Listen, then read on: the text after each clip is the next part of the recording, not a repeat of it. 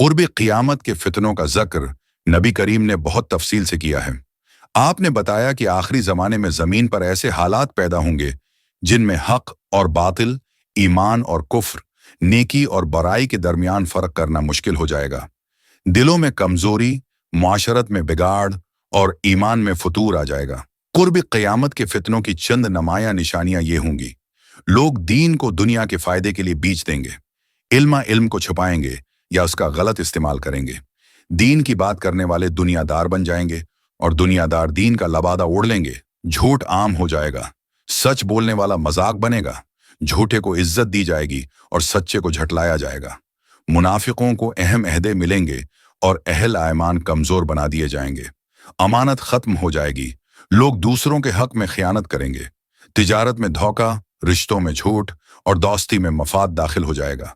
जिना, बेहयाई और फहाशी आम हो जाएगी। लोग इस बुराई पर फख्र करेंगे। औरतें लिबास पहनकर भी बरहना लगेंगी। मर्द औरतों की मुशाबहत अख्तियार करेंगे और औरतें मर्दों जैसा लिबास पहनेंगी। कत्ल व गारत आम हो जाएगी। लोग बगैर किसी वजह के एक दूसरे को मारेंगे। नबी ने फरमाया कि कातिल को मालूम न होगा कि क्यों मारा और मकतूल को मालूम न होगा कि क्यों मर। शराब और निशा आम हो जाएगा।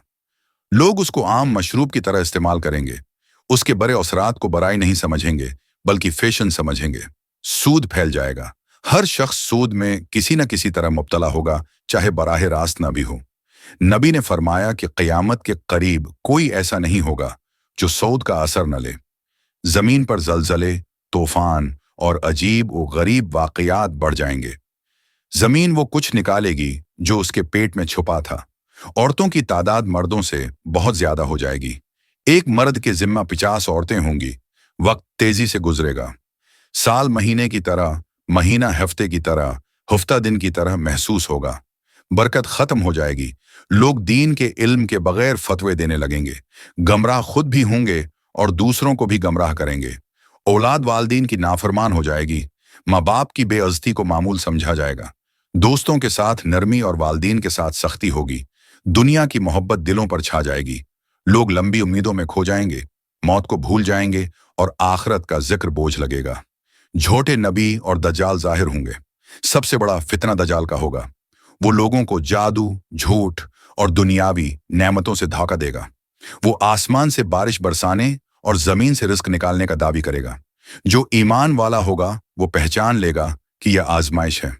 आखिर में याजूज माजूज जाहिर होंगे जो जमीन पर तबाही फैलाएंगे।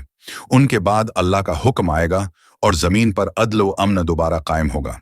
कुर्ब क़ियामत के ये फितने सिर्फ जस्मानी या सियासी नहीं होंगे, बल्कि सबसे बड़ा फितना ईमान का होगा। दिलों में ईमान की रोशनी मद्धम हो जाएगी। लोग ज़ाहिरन मुसलमान होंगे मगर एमाल में ईमान बाकी नहीं रहेगा।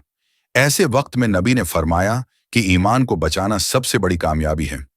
इबादत में लगे रहना, सच बोलना, जुल्म से दूर रहना और अल्लाह से दुआ मांगना, यही फितनों से नजात का रास्ता है। जो शख्स इन फितनों के वक्त अपने ईमान पर साबित कदम रहेगा, उसके लिए जन्नत की जमानत है। क्योंकि कुर्ब क़ियामत का जमाना ऐसा होगा कि ईमान को महफूज रखना तलवार की धार पर चलने के बराबर होगा। फितना एक बहुत गहरा और खतरनाक लफ्ज है। इस्लाम में यह सिर्फ एक आम फसाद नहीं, बल्कि ईमान की आजमाइश और हक व बातिल के दरमियान कुशमकुश का नाम है। जब इंसान के दिल में सच और झूठ, ईमान और कुफ्र, अदल और जुल्म, वफा और खियानत का फर्क धंधला जाए तो यही हालत फितना कहलाती है। कुरान में अल्लाह ने कई बार इस बात को बयान किया है कि फितना इंसान के ईमान को कमजोर कर देता है और उम्मतों को तबाह कर देता है। फितना दरअसल वो वक्त होता है जब हक को दबाने वाले ताकतूर हो जाते हैं, सच कहने वाले कमजोर पड़ जाते हैं और लोगों की अक्सरियत दुनिया के पीछे लग जाती है। ऐसे वक्त में अहल ईमान के लिए सबसे बड़ी आजमाइश ये होती है कि वो हक पर कायम रहें, चाहे दुनिया उनके खिलाफ हो जाए। इस्लाम में फितनों से बचने की तालीम बहुत वाज़ेह अंदाज में दी गई है। नबी करीम ने फरमाया कि ऐसे वक्त आएंगे जब ईमान को बचाना हाथ में अंगारे को पकड़ने जैसा होगा। उसका मतलब ये है कि फितना इंसान के ईमान, इखलाक, सब्र और किरदार को परखने के लिए आता है।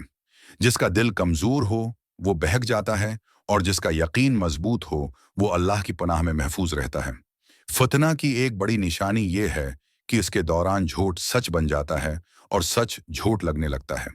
मुनाफिकों को इज्जत मिलती है और दयांतदारों को जलील किया जाता है। नबी ने फरमाया कि फितनों के जमाने में खामोश रहना और अपने ईमान की हिफाजत करना बेहतर है, क्योंकि ऐसे हालात में बोलने वाला भी खतरे में पड़ जाता है और लड़ने वाला भी। कुरान में एक जगह फरमाया गया है कि फितना कत्ल से भी बड़ा गुनाह है। उसका मतलब ये है कि जब किसी कौम या अम्त में फितना फैलता है तो वो लोगों के दिलों में नफरत, शक और दुश्मनी पैदा करता है।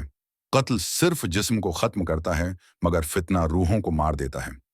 यही वजह है कि अहल ईमान को हमेशा कहा गया है कि वो सब्र करें, हक पर डटे रहें और फितना फैलाने वालों से दूर रहें। फितना कभी ताकत के लालच से पैदा होता है, कभी दुनिया की मोहब्बत से, कभी गलत अकायद और झूठे नजरियात से। जब दीन को सियासत, शहरत या मफाद के लिए इस्तेमाल किया जाता है तो वो भी फितना बन जाता है। ऐसे वक्त में